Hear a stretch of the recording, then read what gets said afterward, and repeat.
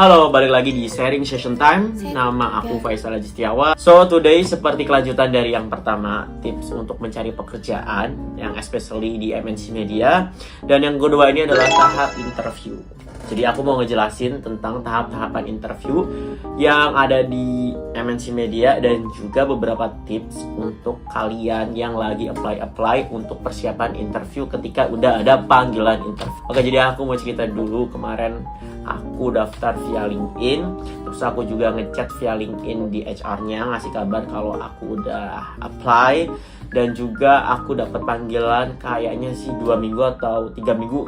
Ya, karena aku daftar nggak cuma MNC, ada beberapa perusahaan lainnya. Terus di telepon itu jam 4 kalau nggak salah ya, sore-sore. Interview dengan HR dulu, setelah itu di set, oke. Akhirnya dikabarin untuk interview tahap kedua bersama manajer dan user. Di part yang HR kita ditanya-tanya terkait diri kita ditanya tentang ya hal-hal umum kayak apa sih ini, apa sih kelemahan kelebihan ini itu. Nah, yang paling menurut aku menarik dan berkesan itu ketika yang user dan manager gitu, karena bener-bener mereka banyak pertanyaan yang seputar pekerjaan yang kita apply-nya.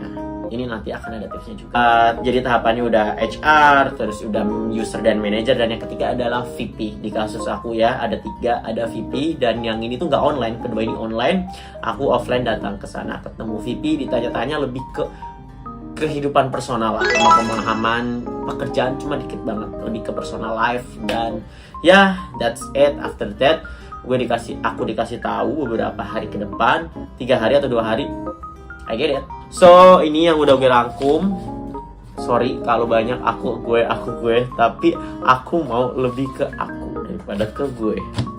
Oke, aku udah nge-reset beberapa tips and trick, dan ini ada tips dari aku juga untuk sendirinya dari aku. Ini beberapa yang sering seliweran di internet dan di konten-konten orang lain, tapi ini aku rangkum biar lebih oke. Yang pertama, kita harus latihan bicara. Latihan bicara ini bisa di depan kaca, bisa bareng teman untuk pura-pura interview, dan jadi kalian tahulah riset juga pertanyaan apa yang bisa muncul, kayak perkenalan diri ini itu. Nah, yang kedua itu jangan menjelaskan yang berlibat, jangan bertele-tele gitu. Yang pas-pas aja. Maksudnya kayak nggak kayak ditanya coba jelaskan diri Anda, ya udah pengalamannya kalian relatekan dengan kuliah sama pekerjaan sekarang, atau ya perkuliah lah. Jangan dari SD sampai SMA kalian jelasin, atau alamat asal alamat domisili kalian jelasin. Intinya make it simple, make it mereka nggak bosen, dan make it interesting. Kalian jangan lupa untuk riset. Ini penting banget, kalian riset perusahaan dan jabatan yang kalian apply. Jadi nggak kosong-kosong banget ketika ditanya perusahaannya, value-nya, atau apalah yang berkaitan dengan perusahaan ini. Kenapa kalian tertarik perusahaan itu, apa sih, apa yang ngebuat kalian tertarik juga dengan apply ini apa sih kerjaannya, ini apa, bisa nggak sebutin ini.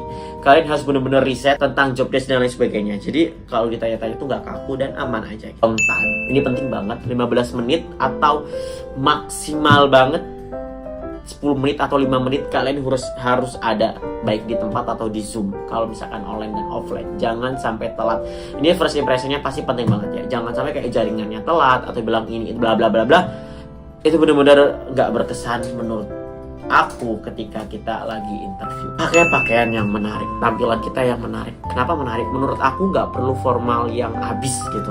Apalagi online ya, atau offline sama aja sih, kayak kalau kita datang udah pakai dasi, pakai pantofel, pakai baju putih. Kecuali ada keterangan atribut yang harus dibawa atau harus menggunakan ini gitu. Biasanya sekarang di era sekarang tuh udah nggak, gimana kita nge-meet and match pakaian kita buat bikin menarik. Aku juga kita bisa menggunakan baju warna yang putih, hitam, atau biru. Aku udah riset, jadi 3 warna itu tuh ngebuat secara psikologis orang yang lihat kita itu lebih kayak, oh hitam elegan berwibawa, oh putih orangnya itu lebih ke rajin, lebih ini, oh biru ini orangnya lebih ke friendly, lebih mudah bergaul dan lain sebagainya. Jangan ambil warna yang kayak mungkin merah, orange, kuning, itu yang kayak ngebuat terlalu gimana gitu.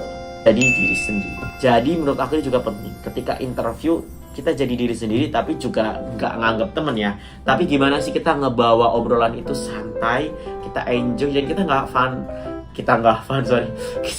fake gitu. Ketika kayak interview senyum terus kayak iya jangan kaku gitu. Jadi yang ngewawancara juga enjoy, kayak ngobrolnya itu kayak nyaman gitu loh. Sama gerakan badan juga kalau bisa kita menyeimbangkan, kayak misalkan mereka tangannya di atas, kita juga ikut di atas, di bawah kita juga ikut di bawah. Itu tuh kayak lebih ke ngebuat interviewer nyaman juga gitu. Jadi kayak kita seolah-olah ikut welcoming juga gitu. Oh iya, psikologi itu kayak mengikuti gerakan lawan bicara, itu juga penting. 6, ini tips dari aku. Ini aku riset sendiri berdasarkan beberapa kegagalan aku ketika interview. Jangan bilang tidak. Misalkan ada beberapa skill yang emang kalian baru dengar atau udah denger dan kalian gak menguasai, jangan bilang tidak bisa, tapi selalu bilang saya pernah.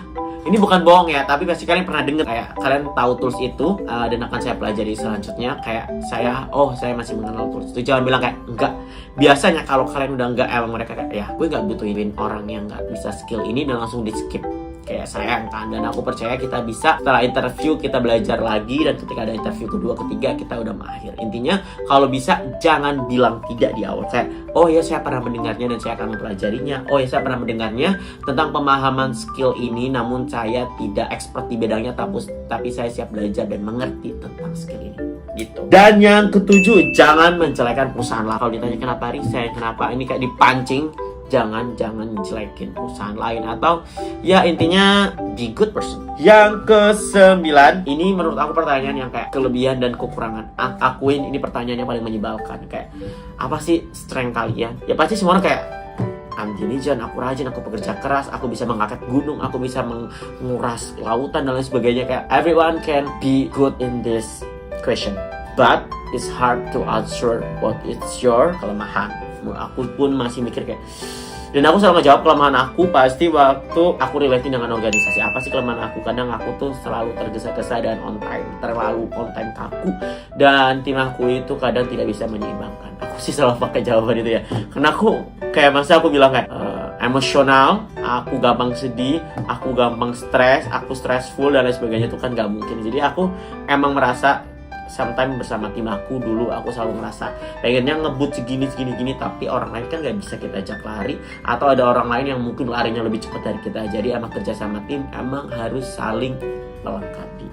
Dan aku tahu di masa kuliah itu aku salah, dan itu kelemahanku juga, dan aku belajar, aku jelasin, dan aku belajar dari situ gimana sih kerja sama tim untuk kita lari bareng-bareng, bukan meninggalkan atau bukan menggeret atau bukan kita saling digeret. Terus ini juga menurut aku pertanyaan yang menyebalkan tapi seru sih. Apa rencana 5 tahun? Ini juga jebakan bagi beberapa perusahaan. Mungkin kayak aku pengen orang yang karakternya nggak aneh-aneh, nggak usah resign, nggak usah riset gini. Berarti kalian amati juga yang nge-interview kalian itu umur berapa. Kalau rata-rata orang yang 40-50 ke atas, mungkin kita bisa menyesuaikan jawaban kayak aku akan fokus ke karir aku, nggak switch karir. Kalau bisa jangan ungkapkan switch karir. Pasti mereka kayak, kok belum apa-apa udah mau switch karir, mau belajar hal yang lain. Jadi kayak usahakan kalau umur interviewnya yang interview umur 40-50, kayak kita bilang aja kayak akan fokus, akan jenjang karir, akan dipelajari, akan benar-benar ngedevelop ini pekerjaan dengan baik dan benar dan lain sebagainya, akan menikah, akan bla bla bla bla. Nah, tapi kalau umur-umur yang masih muda kayak kita jujur aja, kayak misalkan kita akan mempelajari ini, alasannya ini, atau kita mau S2, tapi jangan bilang mau pas cuma nyari ilmu dan nanti riset. No, pasti kalian tetap mengembangkan skill kita, dan gak cuman ngembangin atau gak cuman ngambil ilmu dari perusahaan itu, tapi kita gimana ngedevelop diri kita untuk ikut ngebantu perusahaan itu dengan skill tambahan di luar yang kita cari. So that's it for me. Thank you for watching. Anyway, ini udah malam banget. Tetap semangat buat kalian yang nyari kerja, atau yang lihat ini pengen nawarin saya pekerjaan juga boleh. Oke, jangan lupa like, subscribe, dan komen. Thank you very much. Bye bye.